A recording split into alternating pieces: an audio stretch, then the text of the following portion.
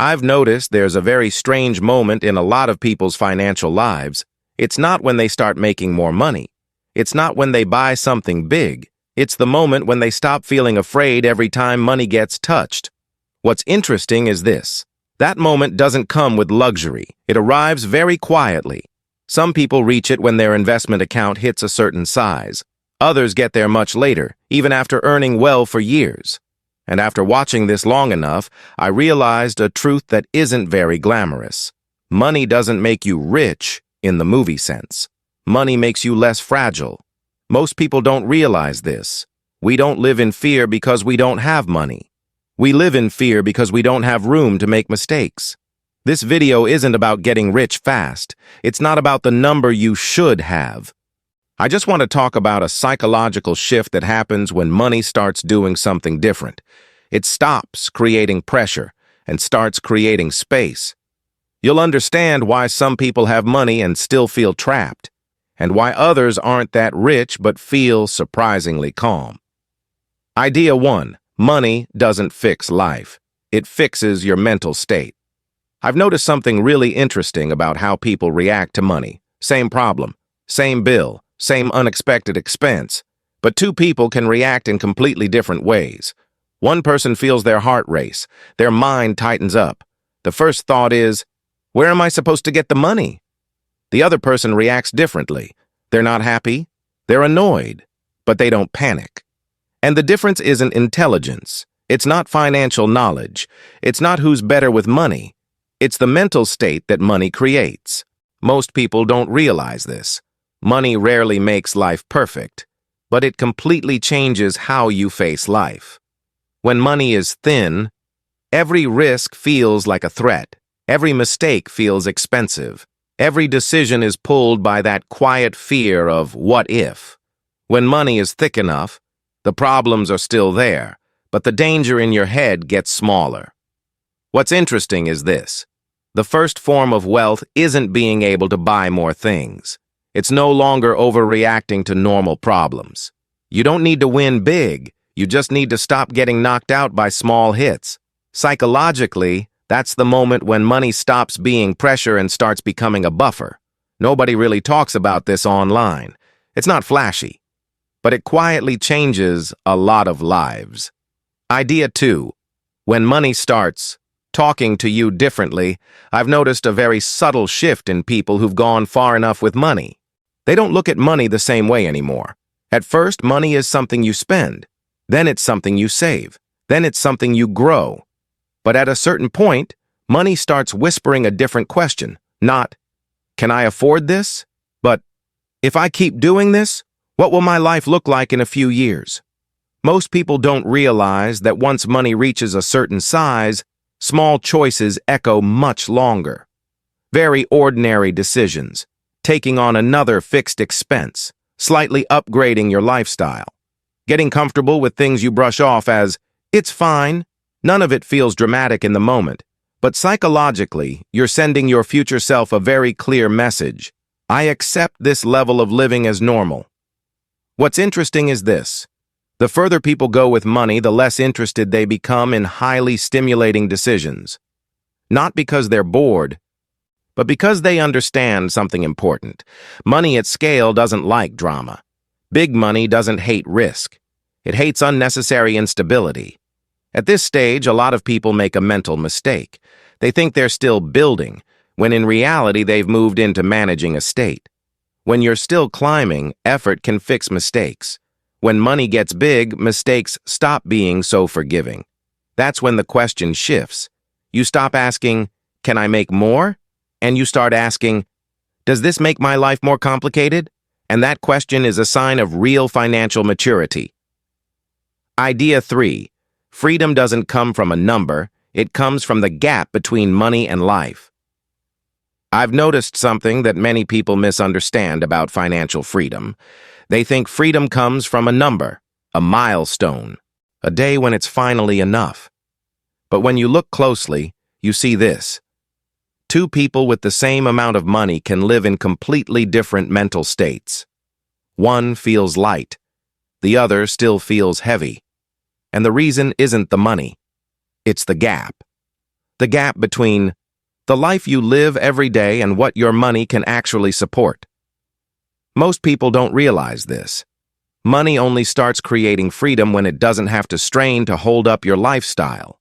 If your life depends on too many things, fixed costs, financial obligations, expenses that can't be cut, then even as money grows, safety still feels fragile.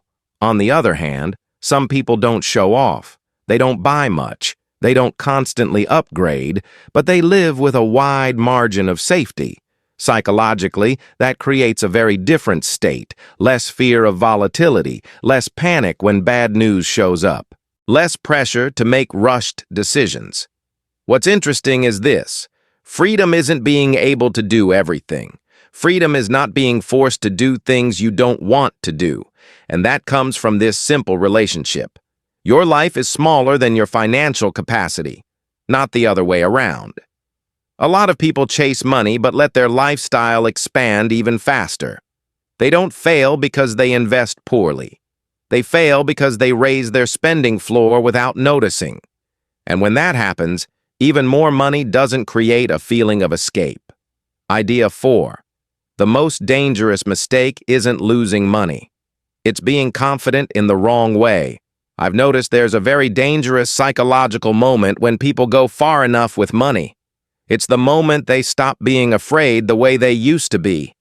At first, that sounds like a good thing, but if you look closely, you'll see something important. There are two kinds of not being afraid. One comes from calmness, from understanding how the game works. The other comes from overconfidence, from thinking you've already made it. Most people don't realize this. The bigger the money, the higher the price of blind confidence. Early on, a reckless decision can be repaired, with time, with income, with starting over.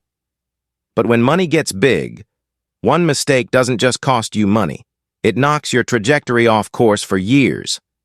What's interesting is this: a lot of people don't lose money because they lack knowledge. They lose money because they chase feelings instead of outcomes. The feeling of trying something new, the feeling of going big, the feeling of not wanting to miss out. Those feelings are very human, but when they're attached to a large amount of money, they become extremely expensive.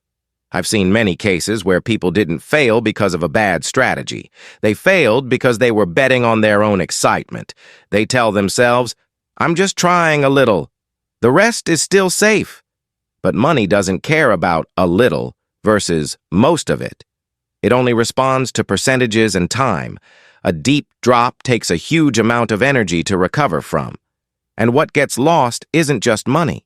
It's your trust in your own stability. So at this stage, being smart is no longer about how much more you can make. Being smart is about how much you can protect yourself from emotionally driven decisions. Idea 5. Healthy money means you have room to be wrong. I've realized there's a financial metric that's incredibly accurate, but almost nobody uses it. It's not how much money you have. It's not how good your portfolio looks. It's this: how many mistakes can you make before your life actually falls apart? Most people don't realize this. The first form of wealth isn't extra money. It's extra tolerance. When you can, get hit with an unexpected bill and feel annoyed, but not panicked. Make a less-than-perfect decision and still get through the month. See your income slow down a bit without having to borrow. That's when you've entered a very different zone. A zone where decisions aren't forced by time. Your brain isn't stuck in survival mode. You can think beyond the next few weeks. What's interesting is this: a lot of people think they're bad with money simply because they still feel anxious. But the truth is, anxiety usually doesn't come from a lack of knowledge. It comes from a lack of buffer. When there's no buffer, every risk looks exaggerated. Every mistake feels like a disaster. When there is a buffer, you can still be wrong, but being wrong no longer means paying an unbearable price. And that's when money starts doing the job it's actually meant to do. Not to impress, not to compete, but to protect you from unnecessary shocks in life. Idea 6. When money changes, how you see work and life. I've noticed something very subtle when watching people who are no longer financially fragile. They don't necessarily quit their jobs. They don't feel the need to prove anything. But the way they walk into a work day is completely different. They speak more slowly. They're less defensive. They don't rush to say yes just because they're afraid of losing an opportunity. Most people don't realize this. Money rarely buys total freedom, but it does buy choice. The choice to say no without guilt. The choice to leave a toxic environment without panic. The choice to slow down when your body and mind need rest. And what's interesting is this. When you're no longer forced to hold on to a job at all costs, you often do better work. You stop working out of fear. You work to protect your quality of life. At this stage, a lot of people make a mistake. They think they should upgrade their entire life because they deserve it. But people who've gone far with money usually do the opposite. They upgrade a few things that truly matter, and they keep everything else simple. Not because they're cheap, but because they understand this. Every fixed upgrade is a long-term commitment to your future. You're not just buying an item. You're buying a new spending level, a new pace of life, a new pressure that you might not feel right away. When money is enough to create a buffer, the question is no longer, how do I make more? It becomes, how do I keep life from getting heavier? And the people who can answer that question rarely feel the need to show that they've succeeded. I want to end with something very practical. If you're on the path of building wealth, and one day you notice that you panic less when facing risk, feel less forced into rushed decisions, fear short-term volatility less, then maybe you're not rich by society's definition, but you've already come a long way. Money doesn't need to make your life flashy. It just needs to make you less fragile. And if you use money to create a buffer, buy time, buy choice, then you're using money the right way. If these ideas feel true to you, hit like so this video can reach people who need it. And subscribe if you want more videos that look at money through a calm, psychological, and realistic lens. No fear-mongering, no flexing, just helping you live lighter with money. Thank you for watching all the way to the end.